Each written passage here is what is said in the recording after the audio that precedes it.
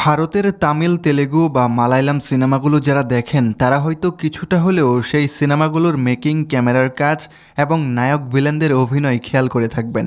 কি অসাধারণ কাজ করে তারা। মুশফিক ফারহানের নতুন মুক্তি পাওয়া বাজি নাটকের ফার্স্ট লুক দেখে সেই তামিল সিনেমাগুলোর স্বাদ পেলাম। কি অসাধারণ এন্ট্রি, কি দারুণ লুক, আর কি সুন্দর ক্যামেরার কাজ তার। সব কিছু যেন একদম টপ নচ। এবার কিন্তু তিনি নায়ক নন, এবার ফারহান নাটকের পর্দা কাঁপাবেন একজন তামিল ভিলেন রূপে।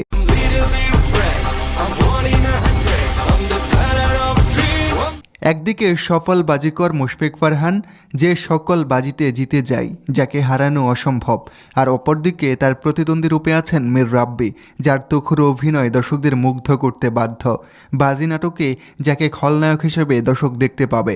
একদিকে বাজিকর ফারহান আর অপরদিকে খলনায়ক মীর রাব্বি। দুজনের ভরপুর অ্যাকশন, থ্রিলার, সাসপেন্স যেন মিলেমিশে একাকার, যেন একটা থ্রিলার মুভি। কে জয়ী হবে এমন রোমাঞ্চকর গল্পে, কে জিতে যাবে সত্যিকারের এই বাজিতে, তা ঈদের দিন জানতে পারবেন। বাজি নাটকের নির্মাতা জানান, পুরো নাটকটির গল্পই আবর্তিত হয়েছে বাজি ও বাজিকরের জীবন নিয়ে। তার মধ্যে অন্যতম অনুষঙ্গ আবার প্রেম। টিভি দর্শকরা এমন থ্রিলার জনরার গল্প সচরাচর নাটকে দেখতে পান না বলে মনে করেন তিনি। প্রিয় দর্শক, ফারহানের এই বাজি নাটকটি এবার কি পারবে বাংলা সিনেমাকে পেছনে ফেলতে?